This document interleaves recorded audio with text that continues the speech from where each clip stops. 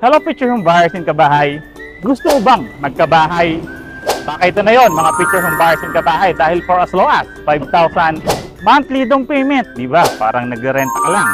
Maganda ang location, malapit sa malls, schools, and mga hospitals at napakalapit sa major nating daanan papunta sa Manila. Welcome to Sapphire Residences.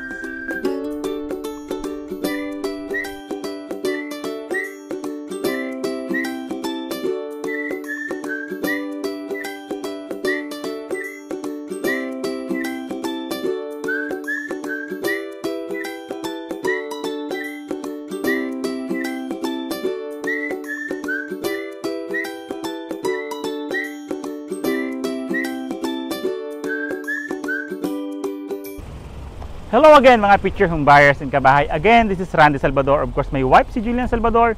This 2025, kami pangarin po ang susi at tulay patungo sa pangarap nyong bahay. So yan for today's video, for today's vlog. Pasensya po mga future home buyers and kabahay dahil matagal po kami. Mga walang update sa video. Wala kaming update sa mga sites natin ngayon. Wala tayong mga halos upload sa YouTube channel natin kasi medyo naging busy po tayo dahil sa pag-train natin ng mga bagong sales agents po natin. So for today, kahit ang init po, mag-video po tayo para sa inyo, para marating nyo po ito kahit nasa ang sulok man po kayo ngayon ng Pilipinas man or ibang bansa. Ito po, si Sapphire Residences nga po. Located po ito sa Barangay Santol, Tansa, Cavite. So ipipicture natin today is a 2-story townhouse. May lot area po yung 44 square meter and the house area nyo naman po is 58 square meter. Meron po itong provision for 2 to 3 bedrooms. Merong 2 toilet and bath, of course. Carport, dahil naka-expand na yung bahay natin, may cover na po yung sakyan. Maganda nga po ang location nito. And sabi ko nga po na for as low as 5,000 monthly down payment. Para ka lang nagrenta, di ba? Maganda ang gawa ng bahay dahil Charles Builders po ang gumawa nito. Conventional ang gawa ng bahay dahil may poste, may biga, concrete hollow blocks po ang gawa ng bahay. So modern din po yung kulay niya, di ba? Ang alikabok. So ayan, construction pa lang po. Nagla-land development and nag-i-start na tayo ng construction doon. Sakay grabing alikabok ngayon dito sa side. So ito po yun. So unahin natin. Mamaya meron tayong papakita sa inyo kasi dati ang nakikita nyo lang si Stanatan sa facing na model house. Ipapakita po namin sa inyo yung Sapphire Residences na model house. Napakaganda. Pero before that, unahin natin yung ating actual turnover. So this is our actual turnover. Actually sa kabila tayo. Muntik akong makapasok sa hindi unit. So this is our actual turnover. So carport na nga po iyan. Dahil naka-expand na siya, nasa ilalim yung sasakyan natin, may initial na protection tayo sa ating sasakyan. Modern yung kulay and tulad ng sabi ko, matibay po ang gawa ng bahay. So dito po tayo. Pagpasok po natin dito, ang turnover dito sa atin sa harapan sa ating car garage is level sold only po. Lupa lang po yan iti-turnover sa atin. Tayo na po yung ating magpapasemento. Painted na po yung mga exterior natin. Pinturado na po yan. May poste. Kung makikita yung ating poste and biga, ayun na po yan. So ang kasya naman po dito sa ating sasakyan, kung makikita nyo, susukatin ko po. 1, 2, 3, 4, 5. 5 hakbang po yan. Kasya po ang sasakyan nyo rito. Even mga Avanza, Ertiga, and mga sedan type na sasakyan, kasya po sa ating car garage. Yung lapad naman po natin is 4 na metro po yan. Ceiling natin is steel deck. Poste, biga, tibay gawa ng bahay. Pasok po tayo. Pagpasok natin, pintuan po natin is steel door. Actual turnover. Dito sa actual turnover natin is a very finished turnover. Once we say very finished turnover, plain cement po yung wall, plain cement po yung flooring, walang tiles and wala pa po siyang pintura. Ang kagandahan po niyan, nasa inyo yung freedom to decide kung ano yung gusto yung materials na gagawin. Actually, maraming bumibili ng very finished turnover para yung bahay mo with touch mo, with personal touch mo, di ba? Pagpasok natin, ayun nga, may dalawang bintana. For the inner unit po, may dalawang bintana tayo, harap at likod. For the end unit and the corner unit, may bintana naman sa gilid. So, yung difference niya po. Kitchen countertop natin, dito siya located. So this is our kitchen countertop. Sa kitchen countertop natin, plain cement flooring din po yan. Then may stainless sink na rin po yan. And faucet during the turnover. Diba? Bintana natin, yung window casement natin para siya naka-grills inside na siya. So in terms of safety and security, safe na po tayo kahit di pa po natin pinapapalitan sliding window or sliding ano po yung bintana natin. So ngayon, dala pa rin po natin ang ating distance meter para masukat natin lapad haba ng bahay. So yung haba niya po is 4.7 meters. Yung lapad niya naman po is 3.8 meters. So, ayun yung magsisilbing living in the dining area natin dito sa baba. Then, meron pa tayong service area. For our service area po, ito naman po yan, 2 metro yung haba natin, then yung lapad naman natin is 1.5 meters. So, ito po yung pwede naman natin future expansion, and pwede tayong maglagay dito ng ating laundry area po. Diba? Ganda. Balik po tayo sa loob. Then, dito nga po, meron tayong 2 toilet and bath na rito. So, taas at baba, so diba tipid na kasi may 2 na tayong toilet and bath.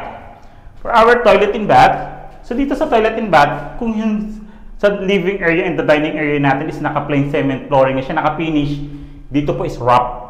Wrap pa po siya kasi alam naman po ng developer, papalitan natin siyang tiles. So, kaya naka-wrap na po yan during the turnover. Then, yung haba niya po is 1.8 meters. Yung lapad niya naman po is 1.4 meters ng toilet and bath natin. Same size po ito sa taas at sa baba. Complete toilet fixtures during the turnover, lavatory, water closet, flush type, faucet. Once may turnover sa atin, may bintana din po tayo dito for ventilation. Pintuan natin is sa plastic PVC. So, proceed tayo sa second floor. For our second floor, sementado sa 2, 3. 3 po yan, sementado, kung saan nakakonekta ang buong assembly ng hagdanan natin. So, tubular po yan. Pinaka-apakan natin or footstep natin, sementado, yung ilalim po niyan is bakal. Tara po.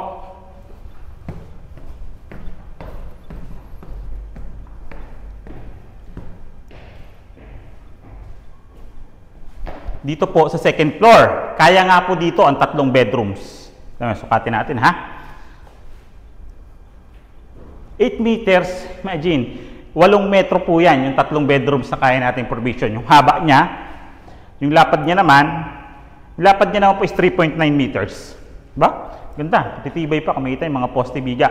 Plain cement din po, ang turnover dito, ang kagandahan niyan, naka-mini attic type na yung ceiling natin. So once naka-mini attic type, hindi siya ganun kainit kahit mag-hardaplex pa tayo kasi ang taas pa ng clearance niya sa pinakabubong po natin.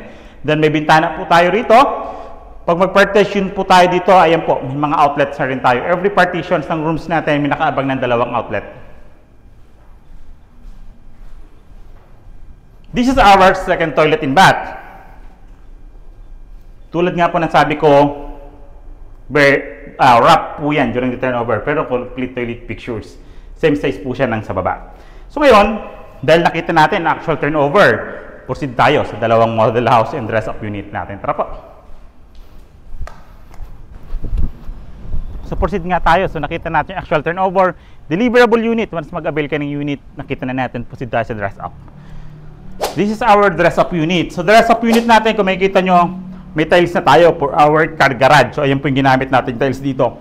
Di ba mas lalo siyang nakita kung gaano siya kalapad, gaano siya kalaki nung nagkaroon ng tiles. Pasok po tayo sa loob. Excited ka na ba sa dress up? Wow. This is our dress up unit. Una pa lang ito ha. Ito yung 2 bedrooms. Sa kabilang dress up unit, 3 bedrooms. Ito po yung dress up. So kanina ba, mga kabahay, nakita nyo kung paano siya naging ganito? Naisip nyo ba na magiging ganito? So, ayan po yung tulong ng dress-up unit or ng mga model units natin na naka-enhance type na. Katulad yan, di ba? Para siyang naging coffee type. Coffee shop yung tema natin or American house. Di ba? Naglagay tayo dyan. Nandiyan yung mga shelves natin. Sa kitchen countertop natin sa taas, naglagay tayong shelves. Naglagay tayong tiles in the cabinet. Sa toilet and bath naman natin, ito po siya. Ito naman po yung toilet and bath natin. Naglagay rin tayo ng tiles sa flooring and sa wall. Lawak! Sobrang lawak ng toilet. Mas ma-appreciate nyo ito pag sa personal. Promise. Mas magugustuhan nyo ito sa personal. Kung nagustuhan nyo ito sa video, kasi yun talaga yung mga feedback ng mga clients namin or mga nag-house viewing. Ang liit pala sa personal, sa video. Pero nung tinignan sa personal, sobrang laki at ganda. Tara po. Sa footsteps po natin, kung makikita yung mga footsteps natin, is vinyl po yan. Then naglagay tayo ng anti-slip features dito for the safety. So, tara po, proceed tayo second floor.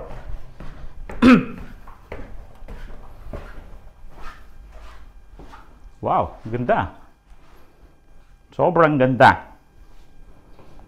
So this is our first bedroom. Dahil sabi ko nga, 2 bedrooms lang yung ginawa dito sa first dress-up unit natin. Ganito siya kalaki. Naglagay pa tayong built-in cabinets dito. This is our built-in cabinets.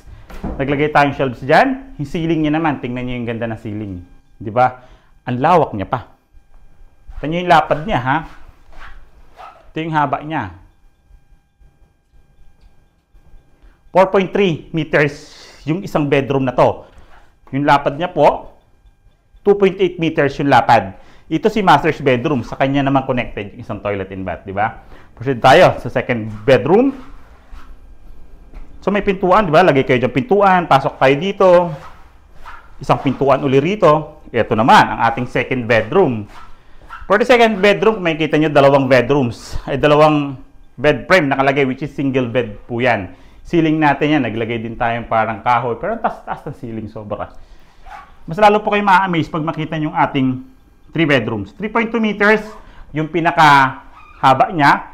Yung lapad niya naman po, dito tayo magsusukat kasi may cabinet pa dyan. Yung lapad niya po is 3.8 meters. Ganda, kasi may built-in cabinets pa siya. Oh. Diba? Napakaganda.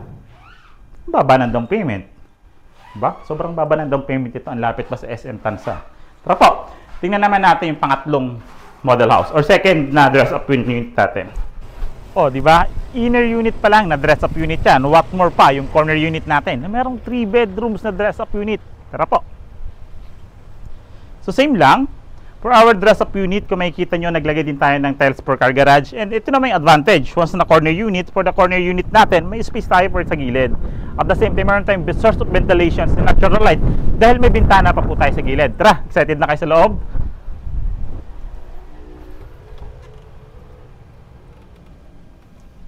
So this is our last and second model house or dress-up unit, which is yung corner unit, di ba?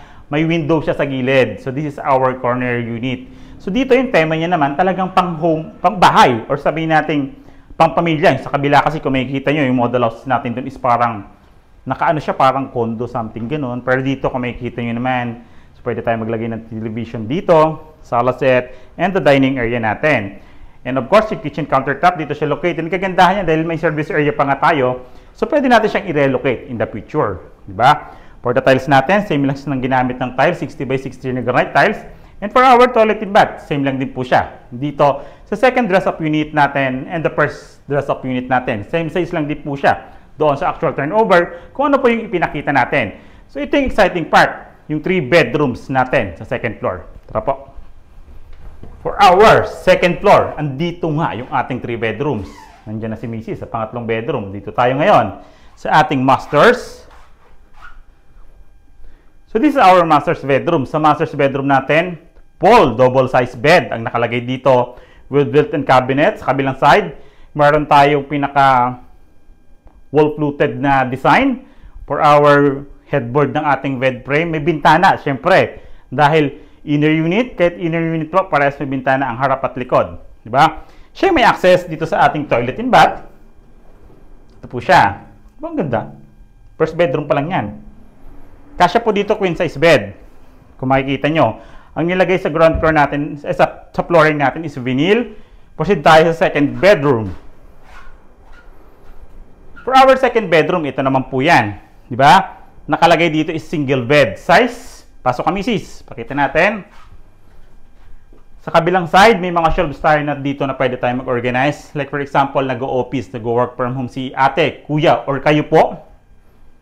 Pwede pa tayo. May mini table tayo rito na pwede natin siyang gawing idea. Di ba? Then may built-in cabinet pa tayo sa kabilang side. Imagine, for as low as 5,000 monthly down payment.